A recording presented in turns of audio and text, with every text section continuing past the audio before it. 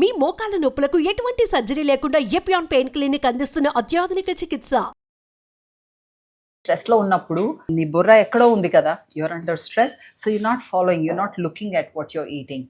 So then your body is not cooperating. నీ body నేను cooperate చేయట్లేదు, దాంట్లో కావాల్సిన ఎంజైమ్స్ అది ప్రొడ్యూస్ చేయట్లేదు. కరెక్ట్. సో నువ్వు అది తిన్న మంచి అరటిపండు అయినా కూడా అది జీర్ణించుకోవడానికి కష్టపడిపోతుంది బాడీ. సో స్ట్రెస్ ఉన్నప్పుడు తినొద్దు, జబ్బు వచ్చినప్పుడు తినొద్దు. That's another thing. ఇది జబ్బు వచ్చినప్పుడు ఏం తినాలి జ్వరం వస్తే? మీకు మీ 2 ఫేవరెట్ ఫుడ్స్ చెప్తా. మంచిగా మైదాతో చేసిన మంచి బ్రెడ్, ఒక 2 స్లైసులు బ్రెడ్, కొన్ని ఒక కప్పు పాలు. జ్వరం వచ్చినప్పుడు అదే పెడతారు, చిన్నప్పుడు అదే పెట్టేవారు. సో ఇప్పుడు 2 కూడా చూస్తే మీరు జ్వరం ఎక్కువ, మీకు జ్వరం వస్తుంది చూస్తే ఎవరైనా తీసుకుంటే కూడా నాకు జ్వరం వస్తుంది. యాక్చువల్లీ స్టార్ తెలుసు కదా నేను ఏం చేస్తాను. కంకణం పరమౌషధం. కరెక్ట్గా చెప్పారు. నిజంగా మీకు పిల్లలకి ఫుడ్ పెట్టకపోతే చాలా బాధ వేస్తుంది. జ్వరం వచ్చినప్పుడు తెలుసా, నాకు వాంతులు వస్తాయి, పిల్లలకి విరోచనాలు వస్తాయి. అమ్మో వాంతులు అయిపోయినాయి, విరోచనాలు అయిపోయినాయి, మనం ఫుడ్ పెట్టకపోతే నీరసం వచ్చేస్తుంది అని చెప్పేసి మరి కాస్త పెడతాం, మరి కాస్త వాంతు చేసుకుంటారు. నాకు ఒకసారి మా అబ్బాయి చిన్నప్పుడు డాక్టర్ చెప్పాడు, వాడికి ఏదో పెట్టాను, ఏదో పెద్ద స్టీమ్డ్ వెజిటబుల్ మంచిది కదా అని కొంచెం ఎక్కువ తోసినట్టున్నాను, వాడికి వాంతులు రావటం మొదలుపెట్టినాయి. పాలిచ్చే రోజుల్లో కూడా. రాత్రి అయిపోయింది, మనం ఎక్కడైనా ఉన్నప్పుడు ఒక డాక్టర్ ఉంటారు కదా, పీడియాట్రిషియన్, ఫోన్ చేశాను, రాత్రి అయిపోయింది కానీ నాకు తప్పలేదు, వాంతులు ఆగట్లేదు, వాడికి ఏం చేయాలి? 6 గంటల సేపు ఏమి ఇవ్వద్దు చెప్పాడు. వాటర్ ఇవ్వద్దు, పాలు ఇవ్వద్దు, ఏమి ఇవ్వద్దు అన్నాడు.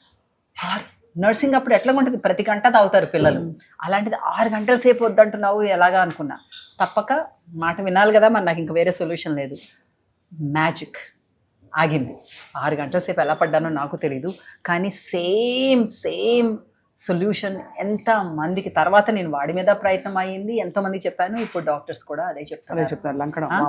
ఆయన కూడా డాక్టరే చెప్పింది, కానీ అంటే నా ద్వారానే కాకుండా డాక్టర్. నువ్వు 6 hours, it's a magical number of hours అన్నమాట. ఏమి తినొద్దు, ఏమి తాగొద్దు, నీకు వాంతులు విరోచనాలు అన్నీ తగ్గుతాయి. ఒక్క పూటలో నువ్వు డీహైడ్రేట్ అయిపోయి అదే కానీ నువ్వు ఆల్రెడీ తాగేసి ఉండి దాని మీద వాంతులు వస్తే అవన్నీ వేరే స్టోరీ. అదే కదా, నువ్వు ఫుడ్ పాయిజనింగ్ అయ్యి అట్లాగైతే అది వేరే స్టోరీ. సో యాక్చువల్లీ చాలా ఇదంతా ఎంత మనం న్యాచురల్గా సహజంగా జీవించాలో తెలుసుకుంటున్నాము. వెయిట్ గెయిన్కి కూడా బహుశా ఇదే కారణమేమో, అంటే ఇలా చేయకపోవడం వల్ల. బికాస్ అందరూ ఇవాళ ఎవ్రీబడి, నాకు ఇందాక మీ స్టాఫ్లో ఒక అమ్మాయి కలిసింది, తనతో ఏదో మాట్లాడుతుంటే తనంత అనమాట, వచ్చిన కొత్తలో తనకి 15 కిలోలు ఎక్కువ వెయిట్ ఉంది. తను అంటే 3 నెలలలో 15 కిలోలు తగ్గిపోయిందిట. పైకి కిందకి మెట్లెక్కి ఆయాసం వచ్చేట తనకు. అప్పుడు మిమ్మల్ని చూసి అనుకుందిట, ఓ ఎలాగా అని. And I also know for a fact that చాలామంది ఫిల్మ్ స్టార్స్ మిమ్మల్ని అడ్మైర్ చేస్తారు ఫర్ యువర్, మీరు ఎలాగా సన్నగా ఉన్నారు. మీ వయసు చెప్పారంటే అందరు మోసపోతారు, కాబట్టి చెప్పట్లేదు. చెప్పాలి, 10 ఏళ్ళు ఎక్కువేసి చెప్పాలి, ఇన్స్పైర్ అవుతారు. ఎక్కువేసి చెప్పకపోయినా నిజం వేసి చెప్పుకోవాలి. నేను సన్నగా ఏం లేదు స్వప్న, నేను కరెక్ట్గా ఉన్నారు. మీరు కరెక్ట్గా ఉన్నారంటే అందరూ ఏమనుకోవాలో నేను ఆలోచిస్తున్నాం. బట్ యాక్చువల్లీ అంటే the reason I brought this up is weight loss, weight gain చాలా పెద్ద ఇష్యూస్ అయిపోయాయి ఈ మధ్య. ఎందుకంటే దానివల్లే కొంచెం రకరకాల కొత్త రొటీన్స్లోకి వెళ్ళిపోతున్నారు. అవును. బట్ మీరు ఎప్పుడు చెప్పేది శుభ్రంగా హోల్ ఫుడ్స్ తిని, కావాల్సినంత తిని, సరిగ్గా తింటే ఆ వెయిట్ కూడా ఆటోమేటిక్గా తగ్గిపోతుంది, ఇన్ఫ్లమేషన్ తగ్గిపోతుంది బాడీలోని. కరెక్ట్. ఏంటో తెలుసా ఇప్పుడు వచ్చిన ప్రాబ్లం? Quick solutions. తగ్గిపోవాలి, వెయిట్ తగ్గిపోవాలి, నాకు 2 నెలలే ఉంది టైం. ఈ నెలలో నేను 4 కేజీలు తగ్గిపోవాలి, ఇంకో నెలలో ఇంకో 4 కేజీలు తగ్గిపోవాలి, నేను అలాగైపోవాలి. క్విక్ సొల్యూషన్స్ పనికిరావు, అందుకే రాంగ్ డైట్స్ మీద వెళ్తారు. అది ఈ కీటో డైట్ అని, ఇంకో డైట్ అని రకరకాల వాటి మీదకి వెళ్ళిపోతారు. ఫర్ షార్ట్ టైం ఏదో కొంచెం నీకు హెల్ప్ అవడానికి ఏదో వారం 2 రోజులు క్లెన్స్ చేసుకోవడం, డీటాక్స్ చేసుకోవడం అంటే ఓకే. క్విక్ సొల్యూషన్ కావాలి అందరికీ. నెల రోజుల్లో తగ్గిపోవాలి, 2 నెలల్లో తగ్గిపోవాలి. నేను రోజుకి ఒక పూటే తింటాను భోజనం, ఓకే. నీకు క్యాలరీస్ లెస్ అయితే న్యాచురల్లీ కొంచెం తగ్గుతావు, కానీ ఎన్ని రోజులు అవుతావు అట్లాగా? నీకు న్యూట్రియంట్స్ అన్నీ వస్తాయా దాంతో? నీకు తెలుసా ఎలాగ తినాలి? 1 meal a day తప్పంటల్లా, కానీ నీకు తెలుసా ఎలాగ తినాలి? అదే నీ లైఫ్ స్టైల్కి అనుకూలంగా ఉంటుందా? రెండోది, నీకు ఆ వెయిట్ లాస్ అన్నది సస్టైనబుల్గా ఉండాలి. అంటే 2 నెలల్లో మళ్ళీ తింటే వచ్చేస్తుంది. మళ్ళీ తినకుండా ఉంటామా మరి? What is the reason for losing weight? You want to be healthy and happy. If you not happy, because somebody is eating and you're not eating and you వాళ్ళకి ఎంత ఎనర్జీ ఉంది నాకు ఎనర్జీ లేదు. What kind of life is that? నువ్వు సన్నగా ఉంటే మాత్రం ఇంకెందుకు? సో మనం ఏం చేయాలంటే ఇంత టైం అని తీసుకోవాలి. ఒక 6 నెలలు ఇచ్చుకో, సంవత్సరం ఇచ్చుకుంటే ఇంకా మంచిది. అది నీ లైఫ్లోకి నీ బెనిఫిట్స్ నీకే ఉండిపోతాయి, పోతుంది అని కూడా భయం ఉండదు, ఫియర్ ఉండదు. లేకపోతే నాకు వెయిట్ వచ్చేస్తుందేమో మళ్ళీ అని ఫియర్ అక్కడ ఉంది, నాకు తినాలనేది తినకూడదు. సో అంత పెద్ద ఎఫర్ట్ పెట్టకుండా ఉండాలి అంటే కొన్ని చిట్కాలు. రైట్, కొన్ని చిట్కాలు. ఒకటి, ఇనఫ్ టైం ఇవ్వండి. నెక్స్ట్ బర్త్డేకి అనుకోండి, ఈ బర్త్డేకి చెప్పుకోండి, నెక్స్ట్ బర్త్డేకి అనుకోండి. అప్పుడు తినేటప్పుడు మీరు ఏం తింటున్నాను అని క్వశ్చన్ చేయండి.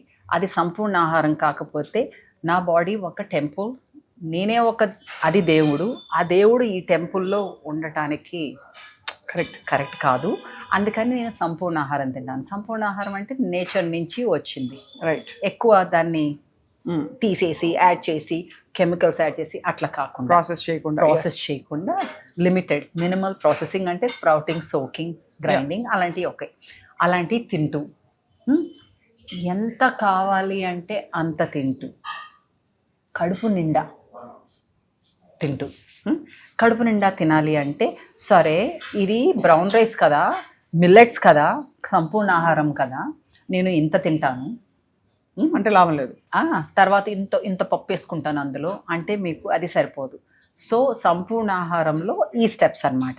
ఎక్కువ భాగం కూరగాయలు, నెక్స్ట్ భాగం మనం అనుకున్నాం కదా రాజ్మాలు, చెన్నాలు, కందిపప్పు, పెసరపప్పు, మినప్పప్పు అట్లాంటివి, తర్వాత పళ్ళు, తర్వాత ధాన్యాలు, తర్వాత పిడికెడు గింజలు. అంటే ఏంటి, మన సన్ఫ్లవర్ సీడ్స్, పంకిన్ సీడ్స్ ఇట్లాంటివన్నీ రోజుకి వెళ్ళేలాగా చూసుకొని అలాగ తినాలి. అది క్రియేటివ్గా టేస్టీగా తినాలంటే మాలాంటి వాళ్ళ దగ్గర వచ్చి నేర్చుకోండి. మన దగ్గర యూట్యూబ్ ఛానల్లో ప్రతి వారం ఒక్కొక్క రెసిపీ పెడతాం, ఎంతో మంది బెనిఫిట్ అవుతున్నామని మాకు ఓకే వస్తూ ఉంటాయి. అది రెండోది, ఇలాంటి చోట వచ్చి టేస్ట్ చేయండి, నేర్చుకోండి. మనకి రోజుకి 1 గంట మన ఫుడ్ కోసము మనం షాపింగ్ చేసుకోవటము, అది నానపెట్టుకోవటము, మొలకలు పిలిపించుకోవటము, గ్రైండింగ్ చేసుకుని పొలో పెట్టడము, తర్వాత వంట చేసుకోవటము, రోజుకి 1 గంట అది కంపల్సరీ మనము మన మీద కేటాయించుకోవాలి. అది మగ ఆడ అందరికీ, మన పిల్లలకు కూడా నేర్పాలి. Correct, okay. పిల్లలకు నేర్పాలంటే గుర్తొచ్చింది, మనం తిన్నదే కాదు, మనం ఇందాక చెప్పినట్లు ఇంకోటి ఉంది, ఎలిమినేషన్ అన్నది. ఇప్పుడు మనము తిన్నదే కాకుండా తిన్నది మనకు ఒంటిలో అన్నీ అయిపోయిన తర్వాత ఎలిమినేట్ అవ్వాలి కదా.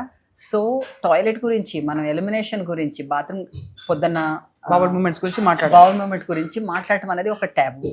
కానీ అది కానే కాదు, మన పిల్లలతో కూడా మాట్లాడాలి. వాళ్ళకు కూడా చిన్నప్పటి నుంచే దాని స్టూల్ కన్సిస్టెన్సీ గురించి అయితే అది వాళ్ళు తిన్న దానికి కనెక్ట్ పెట్టి మనం చెప్పాలి.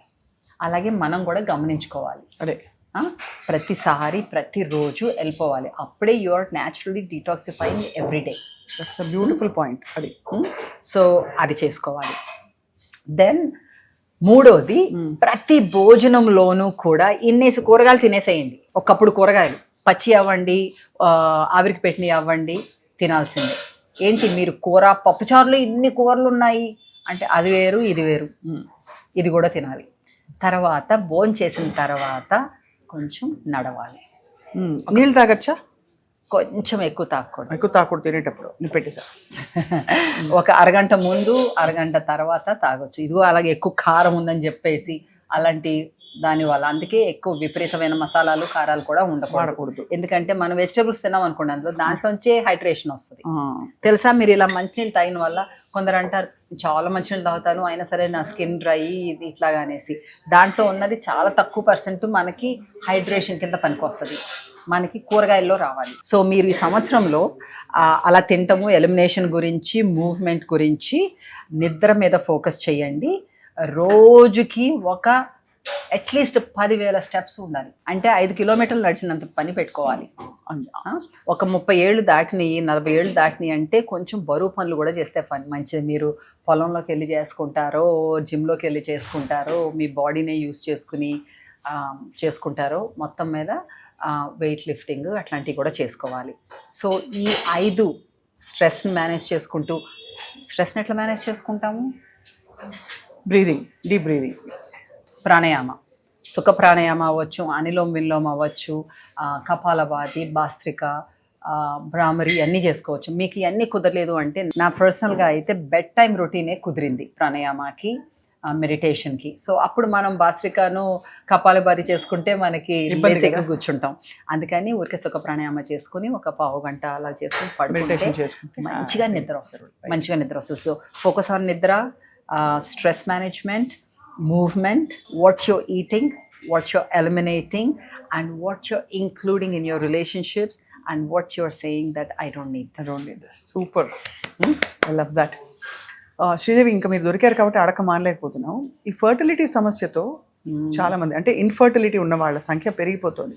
ఇదివరకు అంత natural child birth, pregnancy, conceiving ఇవన్నీ అసలు 10 మంది గంపెడు పిల్లలు ఉండేవాళ్ళు ఇంట్లో.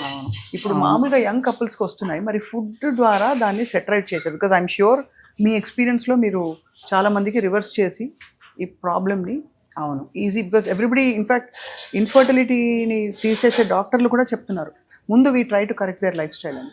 So why do we have that and what is the solution? What are your quick tips for this? 100% మన లైఫ్ స్టైల్స్ వల్ల. రైట్.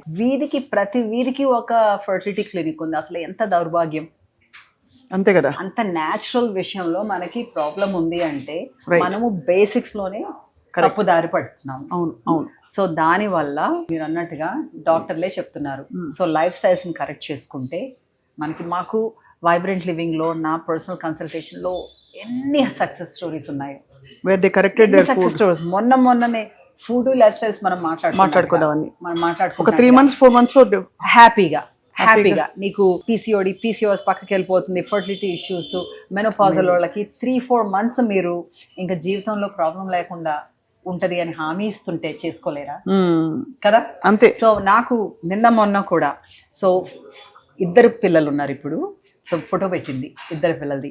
ఫస్ట్ డాక్టర్లు నువ్వు ఫర్టిలిటీ ట్రీట్మెంట్ తీసుకోకపోతే జరగదు అన్నారు అని చెప్పేసి కన్సల్టేషన్కి వచ్చింది. ఇది ఎప్పుడు ఆల్రెడీ ఒక 6-7 years ago వచ్చిన తర్వాత తీసుకున్నది. కొన్నాళ్ళ తర్వాత సక్సెస్ మేడం ఇట్లా అనుకుంటూ హ్యాపీగా చెప్పుకుంది. మొన్న మళ్ళీను ఇంకొక ఫోటో చెప్పి అంటుంది, నేను నా మీద నమ్ముకున్నాను, మా ఇద్దరి మీద నమ్మి, మీ మీద నమ్మి మనం లైఫ్ స్టైల్స్ మార్చుకున్నందుకు మాకు 2 పిల్లలు. అది ఒక్కటి కాదు, అలాంటి ఎన్నో స్టోరీస్.